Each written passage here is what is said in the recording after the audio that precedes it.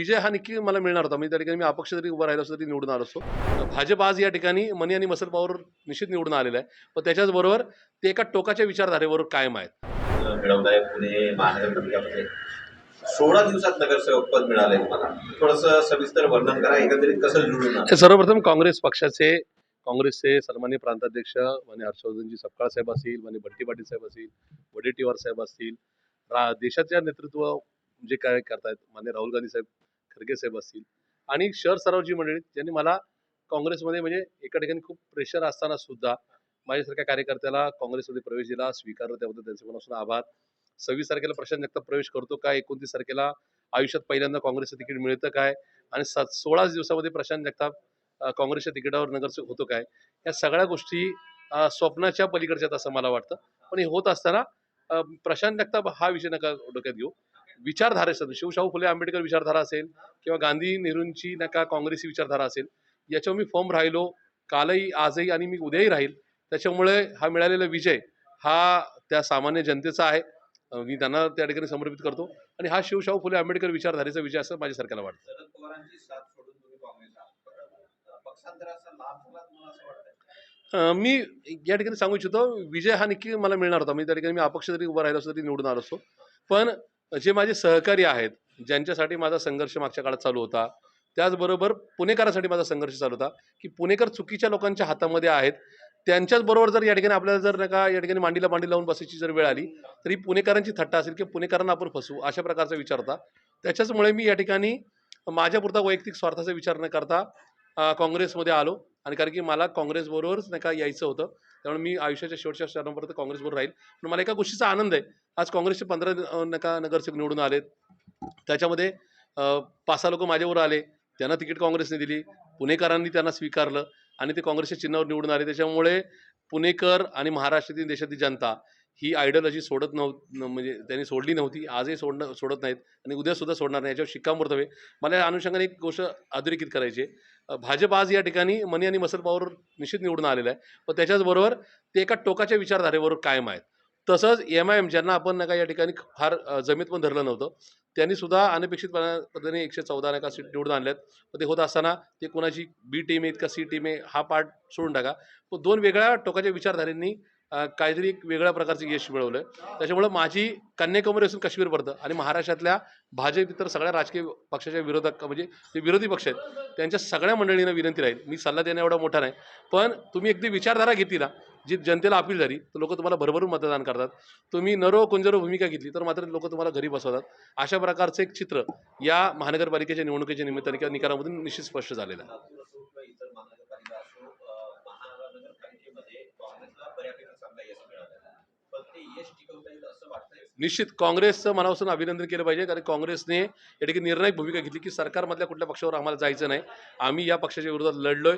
लोकांची काय भावना आहे त्याच्यामुळं भाजप हा आमचा शत्रू आहे, भाजप आमचा या ठिकाणी पारंपरिक विरोधक आहे आणि भाजपबरोबर पण जायचं नाही, भाजपच्या बरोबरच्या पक्षांबरोबर पण जायचं नाही किंवा त्या पक्षाला जे आणखी कोणी साथ देतील त्यांच्या बरोबर सुद्धा घरोबा करायचं नाही.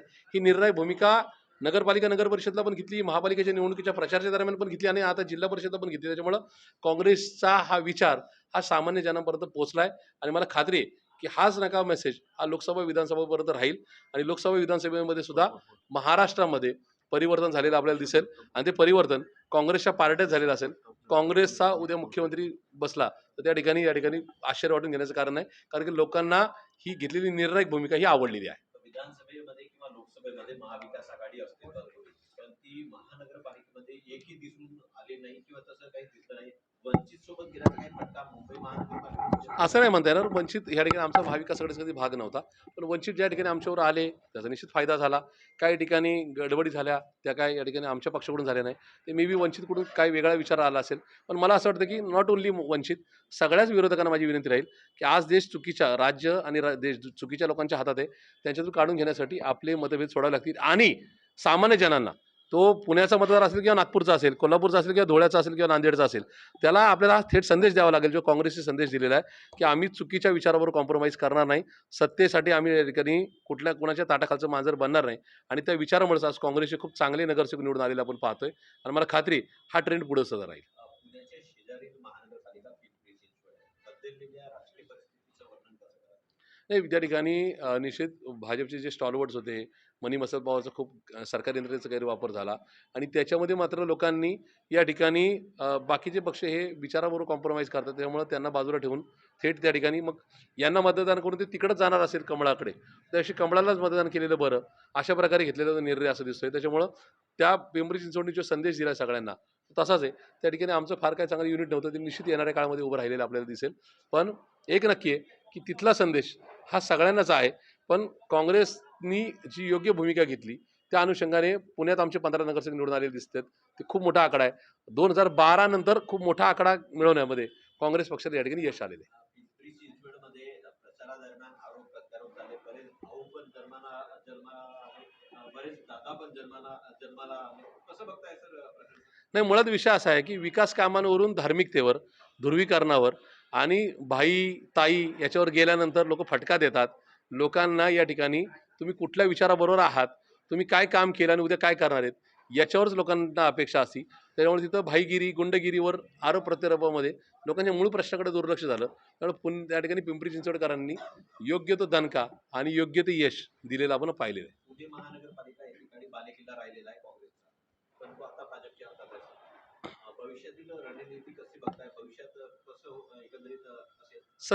1947 सालापासून 2007 सालापर्यंत काँग्रेसने पुण्याला काय दिलं हे सगळं आम्ही पुन्हा एकदा अधोरेखित करणार आहोत, त्याची उजळणी करून देणार आहोत. काँग्रेसची संघटना ही बळकट होती आहे आणि उद्यासुद्धा आणखी त्याची मजबूती करण्याचा आमचा प्रयत्न राहील. त्याच्यामुळे येणाऱ्या काळामध्ये काँग्रेसचे आमदार खासदार हे पुणे शहरातून मोठ्या संख्येने निवडून आलेले आपल्याला दिसतील. त्यामुळे त्यासाठी दिवसरात्र कष्ट करायची काँग्रेसल्या तमाम कार्यकर्त्यांची, प्रशांत जगतापसहित सगळ्या कार्यकर्त्यांची आणि पदाधिकाऱ्यांची निश्चित ती मनिषा आहे आणि ते येणाऱ्या काळात तुम्हाला तो रिझल्ट नक्की दिसेल. शेवटचा प्रश्न आहे. चंद्रपूर महानगरपालिकेमध्ये असं म्हटलं जातंय की करेक्ट कार्यक्रम होईल एकमत भाजपच्या नेतृत्वात आहे असं म्हटलं जातंय.